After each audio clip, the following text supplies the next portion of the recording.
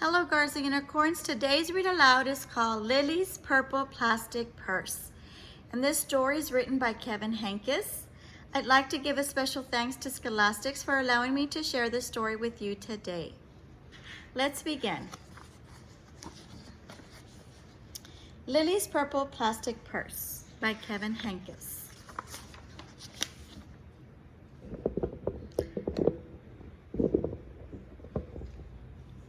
Lily loves school. I love school. Wait for us, said her friends.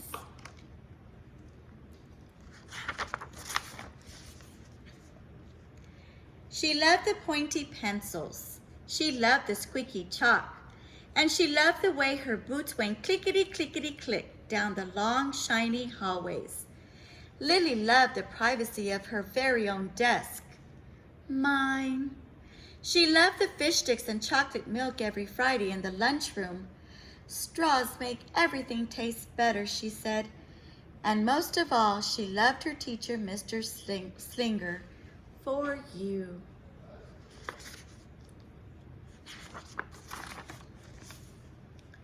Mr. Slinger was as sharp as a tack. He wore artistic shirts, he wore glasses on a chain around his neck, and he wore a different color tie for each day of the week. Wow, said Lily. That was just about all she could say. Wow. Instead of greeting students or good morning pupils, Mr. Slinger winked and said howdy. He thought the desk and rows were old-fashioned and boring. Do you rodents think you can handle a semicircle? And he always provided the most tasty snacks, things that were curly and crunchy and cheesy. I want to be a teacher when I grow up, said Lily. Me too, said her friends Chester and Wilson and Victor.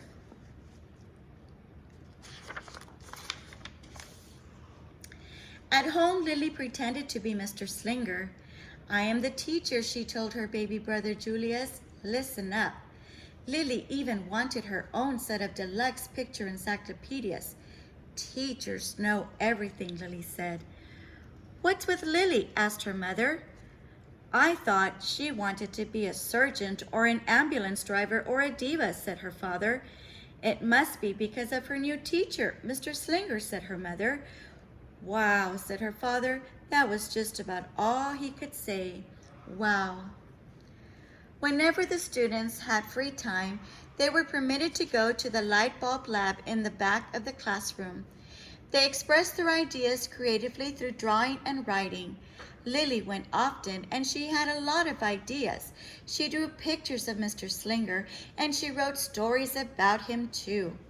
During sharing time, Lily showed her creations to the entire class. Wow, said Mr. Slinger. That was just about all he could say. Wow. In fact, in her drawing, she wrote, Big, friendly, Mr. Nice Man Teacher. And she drew a picture. At the very last second, Mr. Slinger saved the cold, starving elderly. Yes, indeed, Lily thought very much about her teacher. When Mr. Slinger had bus duty, Lily stood in line even though she didn't ride the bus. Lily raised her hand more than anyone else in the class, even when she didn't know the answer. Call on me, please, please, Lily said. And she volunteered to stay after school to clap the erasers. I want to be a teacher when I grow up, said Lily. Excellent choice, said Mr. Slinger. One Monday morning, Lily came to school especially happy. She had gone shopping with her Grammy over the weekend. Lily had a new pair of movie star sunglasses complete with glittery diamonds and a chain like Mr. Slinger's. She had 3 shiny quarters and, best of all, she had a brand new purple plastic purse that played a jaunting tune when it was open. Lily wanted to show everyone. Not now, said Mr. Slinger. Listen to our story. Lily had a hard time listening. Shh, said the children. Lily really wanted to show everyone.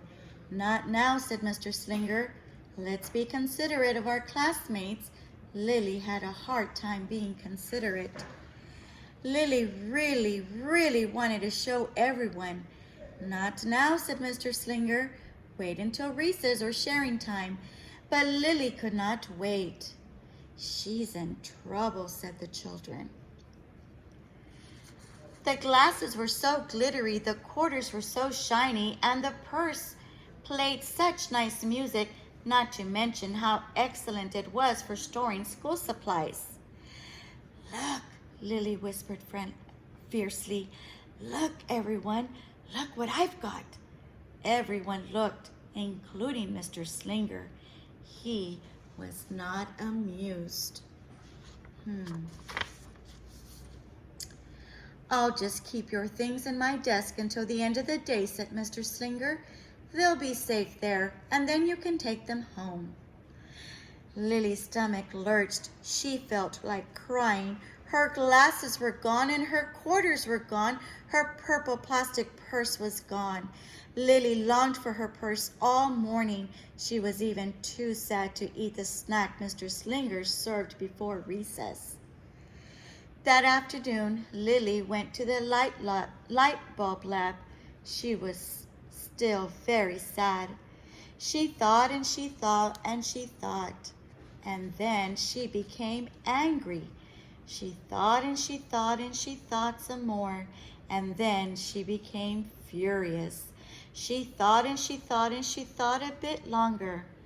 And then she drew a picture of Mr. Slinger. She looks awfully mad. Right before the last bell rang, Lily sneaked the drawing into Mr. Slinger's book bag. Look at her drawing. She wrote, "Big, fat, mean Mr. Stealing Teacher. Bad, thief, claws, wanted by the FBI. P.S. I do not want to be a teacher when I grow up." When all the students were buttoned and zipped and snapped and tied and ready to go home, Mr. Slinger strolled over to Lily and gave her purple plastic purse back. "It's a beautiful purse," said Mr. Slinger. "Your quarters are nice and jingly, and those glasses are absolutely fabulous. You may bring them back to school as long as you don't disturb the rest of the class." "I do not want to be a teacher when I grow up," Lily said as she marched out of the classroom. Indeed, she's very upset. And on the way home, Lily opened her purse. Her glasses and quarters were inside, and so was a note from Mr. Slinger. The note said, "Today was a difficult day. Tomorrow will be better." There was also a small bag of tasty snacks at the bottom of the purse. Lily's stomach lurched. She felt like crying. She felt simply awful. Lily ran all the way home and told her mother and father everything. Wow, seems like the teacher isn't that mean after all. Instead of watching her favorite cartoons, Lily decided to sit in the uncooperative chair. "I'll stay here a million years for Mr. Slinger," Lily said. "Why does everything always happen to me?" Lily said. 1051, 1052, 1099. That night, Lily drew a new picture of Mr. Slinger and wrote a story about him too. The letter read, Lily was really sorry, so everyone forgave her, even her parents, even her stinky baby brother, even her especially incredible teacher. And then the sun shined its smiley face down on everyone and everything, even the bugs and the worms. The end. And she also drew a picture. It says, "Listen up, I forgive everyone." He could be principal one day. He's kind, he's good, he's nice. I'm really sorry. Wow, she really is sorry. Lily's mother wrote a note, and Lily's father baked some tasty snacks for Lily to take to school the next day. I think Mr. Slinger will understand, said Lily's mother. I know he will, said Lily's father. How could he resist my no-frills cheese ball, said Dad. The next morning, Lily got to school early. These are for you, Lily said to Mr. Slinger, because I'm really, really, really, really, really, really, really, really, really, really, really, really, really, really, really, really, really sorry, said Lily. I think she really means it. Mr. Slinger read the story, and he looked at the picture, and he read the note. Wait, what does that say? Lily asked. And he sampled the snacks. Yum, yum. Wow, said Mr. Slinger. That was just about all he could say. Wow.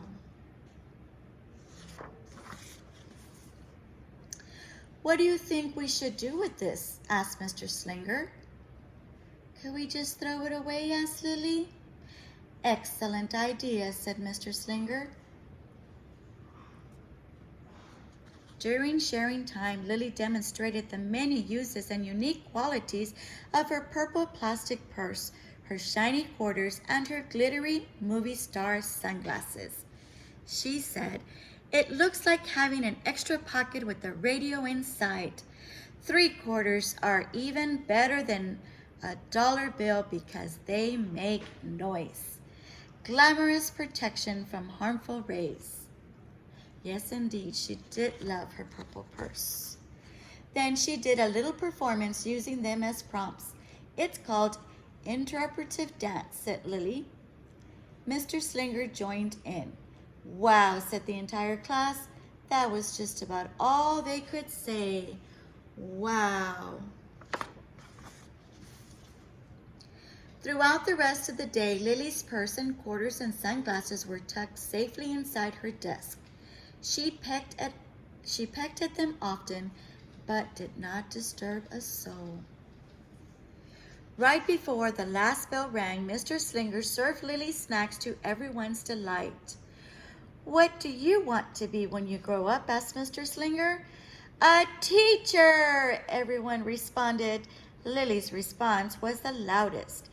Excellent choice, said Mr. Slinger.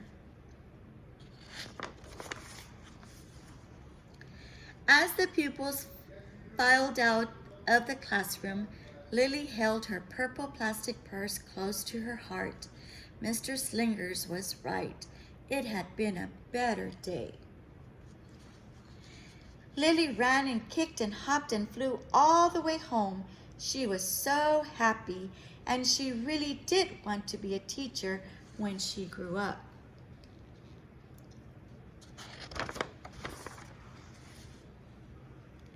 That is, when she didn't want to be a dancer or a surgeon or an ambulance driver or a diva or a pilot or a hairdresser or a scuba diver. The end. I hope you enjoyed the story of Lily's purple plastic purse.